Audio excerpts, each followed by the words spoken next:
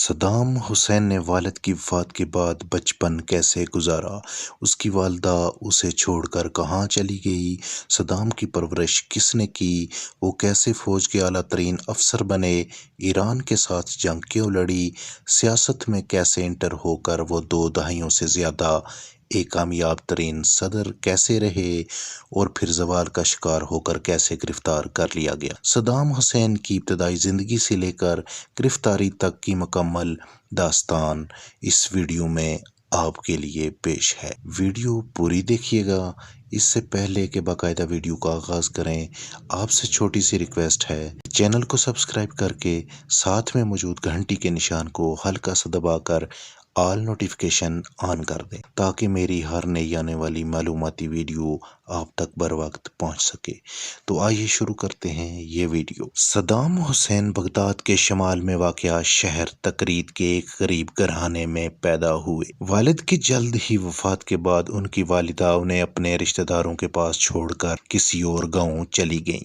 چند سال بعد انہوں نے دوسری شادی کر لی۔ سوتیلے والد کا صدام کے ساتھ برتاؤ اچھا نہ تھا۔ صدام حسین کے لیے زندگی مشکل تھی اور اسرائیلی مورخ امتازیہ بیرون بتاتے ہیں، محلے کے بچے نو عمر صدام کا مذاق اڑایا کرتے تھے۔ صدام حسین کے بارے میں کہا جاتا ہے کہ اس عرصے کے دوران وہ قدرے تنہا رہتے تھے اور آس پاس لڑکوں پر دھونس بھی جماتے تھے۔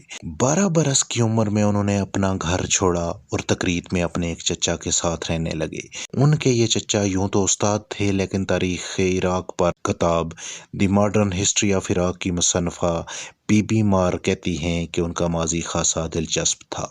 اپنے لڑکپن میں صدام حسین حکومت مخالف مظاہروں میں خاصے سرگرم رہتے تھے، مگر عراقیوں کی طرح وہ برطانوی نوآبادیاتی حکومت اور امیر جاگیرداروں کے خلاف ہوتے گئے۔ سن 1958 کے انقلاب میں عراق میں برطانیہ کی حامی بادشاہت کے خاتمے کے بعد ملک میں پرتشدد بحرانی دور کا آغاز ہوا، لیکن صدام حسین کے لیے 60 کی دہائی اہم ترین ثابت ہوئی۔ عراقی بہوس پارٹی کے رکن کی حیثیت سے صدام پارٹی کے ایک سینئر رہنما اور ان کے چچا کے قریبی رشتہ دار احمو حسن البا باقر کے منظور نظر اور قریبی ساتھی بننے میں کامیاب ہو گئے۔ صدام اس وقت نہ کوئی افسر تھے اور نہ ہی فوج کا حصہ، لیکن مورخ کہتے ہیں کہ احمو حسن باقر کے لیے وہ خاصے مفید کام انجام دیا کرتے تھے۔ سن 1968 میں بہوس پارٹی اقتدار میں آئی اور احمو حسن البا باقر ملک کے نئے صدر بن گئے۔ صدام حسین اسی دور میں احمو حسن کے دست راست رہے۔ حکومت کے اہم اور خفیہ کام وہ خود انجام دینے لگے، جن میں مخالفین کو منظر عام سے ہٹانا بھی شامل تھا۔ ان مخالفین میں سے کچھ تو قتل کر دیے گئے، کچھ جلا وطن اور کچھ کو چپ کرا دیا گیا۔ صدر باقر نے عراقی تیل کی صنعت حکومتی کنٹرول میں لے لی، عراقی خزانے پر دباؤ بڑھنے لگا اور حکومت نے ملک میں ترقی کے نئے دور کا آغاز کیا۔ دیہاتوں میں بجلی پہنچنے لگی، سڑکیں اور سکول بننے لگے۔ لیکن صدام حسین کے سیاسی عزائم بڑھنے لگے اور سن 1979 میں انہوں نے اپنے محسن احمو البا باقر سے زبردستی استعفیٰ دلوا دیا اور خود صدر بن گئے۔ جلد ہی انہوں نے اپنی پارٹی کی انقلابی کونسل میں اپنے اور حکومت کے خلاف بغاوت کی سازش کا انکشاف کیا۔ اس سازش کو منظر عام پر لانے کے لیے صدام نے کونسل کے ارکان کا ایک اجلاس طلب کیا۔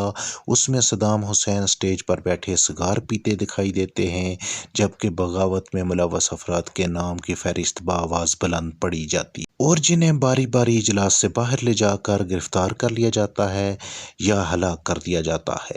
اس اجلاس کے شرکاء جذباتی انداز میں بآواز بلند صدر صدام حسین کو اپنی وفاداری کا یقین دلاتے ہیں اور نعرے لگاتے ہیں۔ اس کے بعد بوس پارٹی کی حکومت پر صدر صدام کی شخصیت حاوی ہوتی گئی اور جیسا کہ مورخ پی بی مار نشاندہی کرتی ہیں، اگر کوئی سیاسی نظریہ بچا تو وہ صدام ازم کا تھا۔ آنے والے برسوں میں صدام کے سیاسی عزائم عراق کی حدود سے واضح طور پر بڑھنے لگے۔ وہ خود کو عرب دنیا کا رہنما اور تاریخ میں اپنے آپ کو صلاح الدین ایوبی جیسے سپہ سالار کے برابر دیکھنے لگے۔ ان کی شخصیت کے اس پہلو کے بارے میں مورخ کہتے ہیں، صدر صدام کی جارحانہ عزائم کی پہلی مثال جلد ہی 1980 میں اس وقت سامنے آئی جب ان کی فوجوں نے ہمسایہ ملک ایران میں پیش قدمی کی۔ صدر صدام کی توقعات کے برعکس یہ جنگ انہیں بڑی مہنگی پڑی۔ 8 برس جاری رہنے والی اس جنگ میں 10 لاکھ افراد ہلاک ہوئے۔ اس کے علاوہ جنگ کے نتیجہ میں عراق کے خزانے پر بڑا بوجھ ثابت ہوئی۔ صدر صدام نے ہمسایہ ممالک سے اقتصادی مدد مانگی۔ انہوں نے کویت پر عراقی تیل چوری کرنے کا الزام عائد کیا اور مطلوبہ معاوضہ نہ ملنے پر اگست 1990 میں عراقی فوجیں کویت میں داخل ہو گئیں۔ صدر صدام کو یہ فوجی اقدام بڑا مہنگا پڑا۔ ان کو توقع تھی کہ بڑی مذہبی طاقتیں جنہوں نے ایران کے خلاف ان کی جنگ میں عراق کا بھرپور ساتھ دیا، ہتھیار اور وسائل فراہم کیے، اب اگر ان کی کھل کر حمایت نہ بھی کریں تو کم از کم مخالفت بھی نہیں کریں گے۔ لیکن حالات بدل چکے تھے۔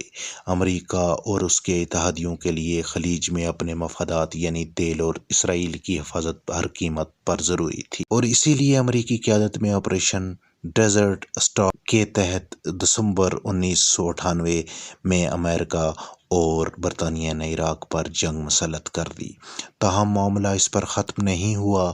امریکی مسلسل اس بات پر مصر رہے کہ عراق کے پاس وسیع تباہ کرنے والے ہتھیار ہیں، اور برطانیہ کا کہنا تھا کہ ان ہتھیاروں کو صرف 35 منٹ میں قابل استعمال بنایا جا سکتا ہے۔ اس کے علاوہ عراق پر جوہری ہتھیار بنانے اور حاصل کرنے کا الزام بھی لگا، لیکن عراق پر امریکی حملے اور قبضے کے بعد سے اب تک ان میں سے کوئی بھی الزام ثابت نہیں ہو سکا۔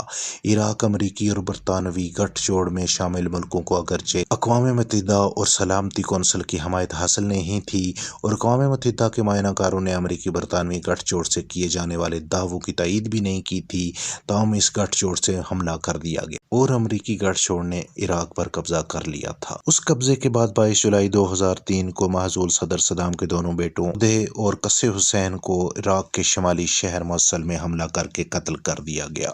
عراق کے صدر صدام حسین نے ایک امریکی صحافی کو انٹرویو دیتے ہوئے کہا تھا کہ جنگ سے بچنے کے لیے وہ جلاوطنی اختیار نہیں کریں گے بلکہ شہادت کو ترجیح دیں گے، اور پھر ایسا ہی ہوا۔ یہ تھی فرینڈز آج کی ویڈیو کو لائک کیجیے گا اور چینل کو سبسکرائب کیجیے گا۔ ملتے ہیں نیکسٹ ویڈیو میں۔ اللہ حافظ۔